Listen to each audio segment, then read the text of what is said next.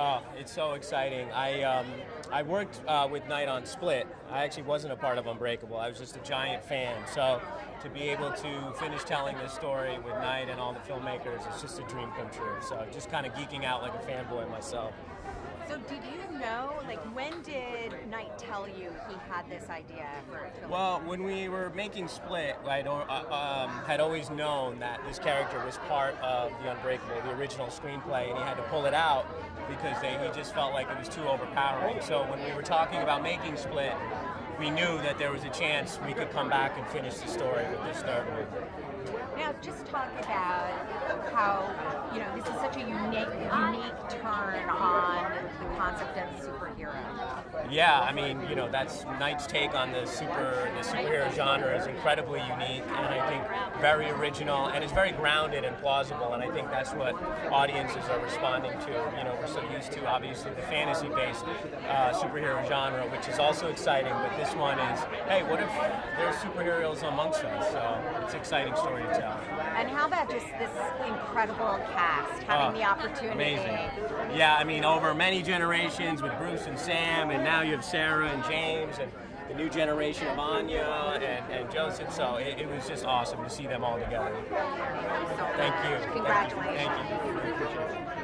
I'm so excited. They've been screening the movie around the country. I've been hearing all the great things and the screaming and the applause and all. I can't wait to hear this tonight in the theater and hear the laughter, and hopefully it'll go well. That's awesome. And talk about being able to just unite this amazing cast. I know, very, very lucky. I write these parts. They had to play these parts, so we were making the movie. And they all said yes, and they were all available, and they wanted to do it the way I wanted to do it, in this kind of small way, and not a lot of CGI, not just us really just getting back to basics.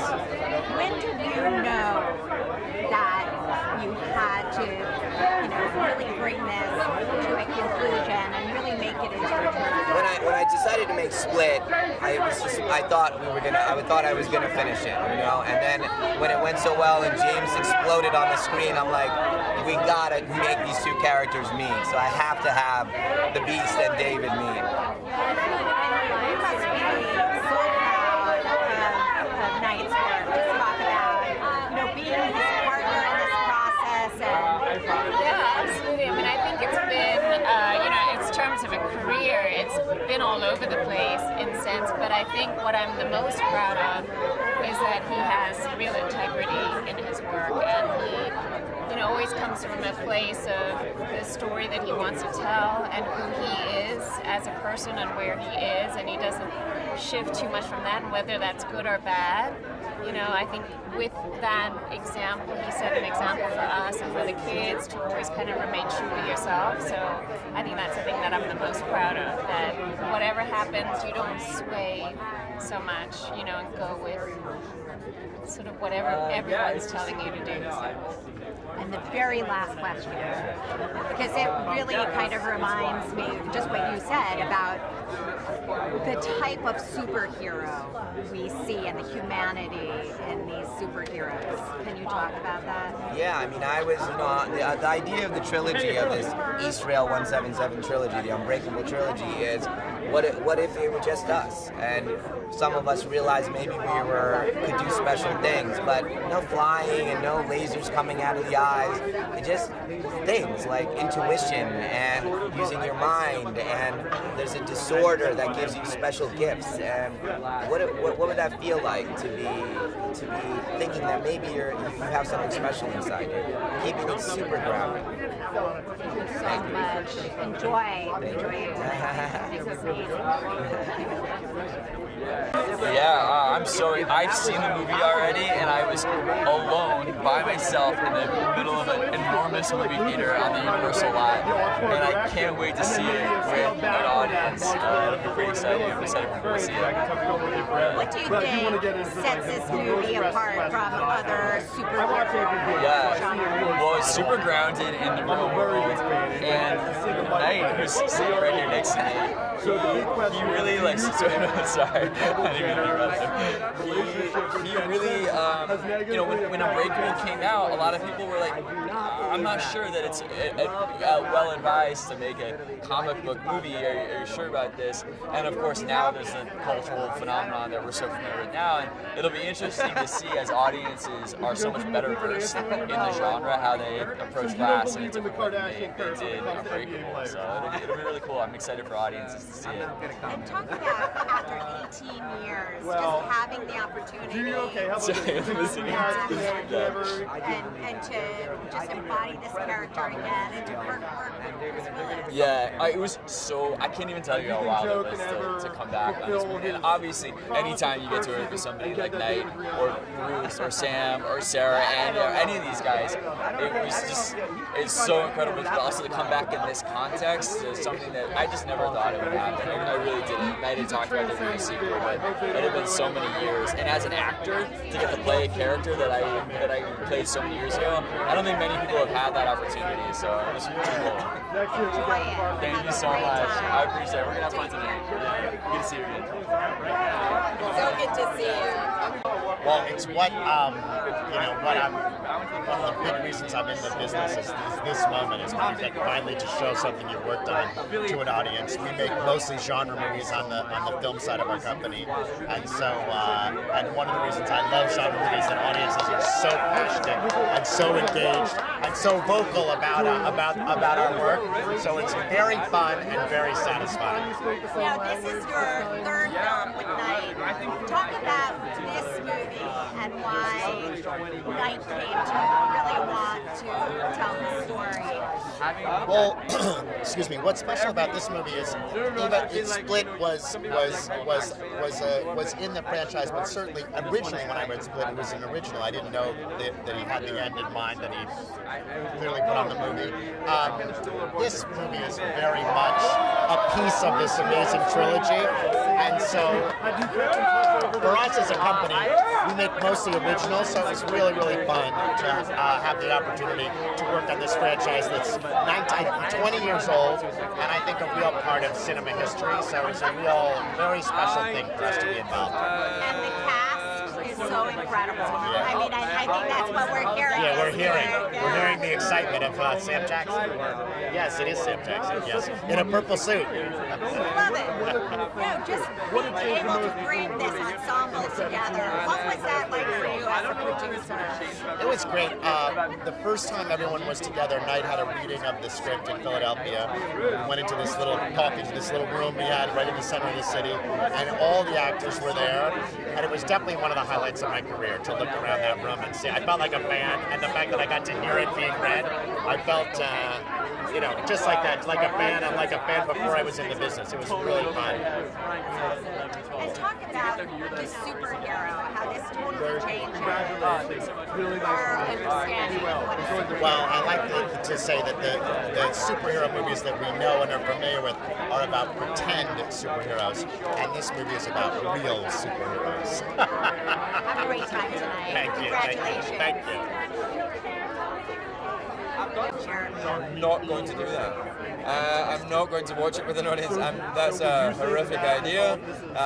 Hearing their approval or disapproval and potential disapproval is a terrifying thought. So I'm going to go and have a nice dinner somewhere while the audience are watching this.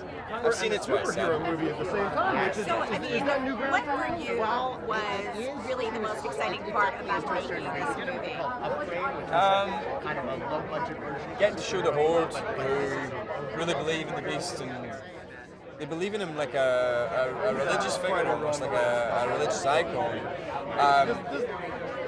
Exploring their doubts and their shaken faith was pretty interesting, because they believed so hard in the last one. The last one was all about you believe whatever you think you are, whatever you believe you are, and then we shake that belief in this movie, and that was an interesting element. Talk about being able to share this film with Bruce Willis and Samuel Jackson. Those guys, they're not just stars, they're stars for decades, and they're stars when I was a kid.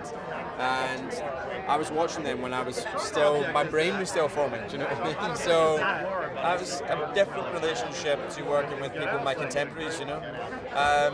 They're not just senior because they are older, they're senior because they're the ranking officers on deck. And you got to defer to them. You still do your gig, and you got to still do your job and rock it when it's time to rock it, but they're the senior officers. How does this film change the way we view the superhero genre? I don't know that it does. I just think it's a different tone. I think we've watched a lot of movies about superheroes, and you know, a lot of them been different, but this one's a really different tone, a really different lens, a really different approach. I don't know if it redefines anything. It's just a different level of discussion about superheroes. I don't know why I said it. Honestly, I'm usually so frightened about premieres and stuff like that, and this just feels totally different. This feels like a family affair. We're all here, we're all together, we're all so happy and joyous to be here that I think sharing the movie with the world will be just a continuation of that. It's no longer our baby, you know, we get to throw it out of a window and have somebody else catch it. What was it like for you to be able to share? Oh, this guy? He's not important at all. I mean, what an incredible ensemble. What was that like for you as an actor, you know, to be able to really share this experience with this ensemble? Honestly, as an actor, it's obviously incredible because I get to learn from the very, very best. But as a human, I'd say it's more so. You know, these are incredible people with very deep, intellectual, wonderful, beautiful souls. And so to get to know them is the biggest blessing of all. Talk about Knight as a storyteller. How would you describe his gift as a storyteller? He's a master. He's a straight-up master. I've never met anybody smarter than him. I gave up trying to figure out where his brain was going to go a long time ago. And it's more fun that way, too, because he keeps dropping you, like, little Christmas gifts everywhere. But it's Christmas all year round. You never know when you're going to get surprised. More than that, again, you know, honestly, I grew up being very all over the place and not having that many friends, and then I started making movies and I found my people, and so Knight is one of those people, and he's so beautiful and such a phenomenal mentor, and I could not love that man anymore.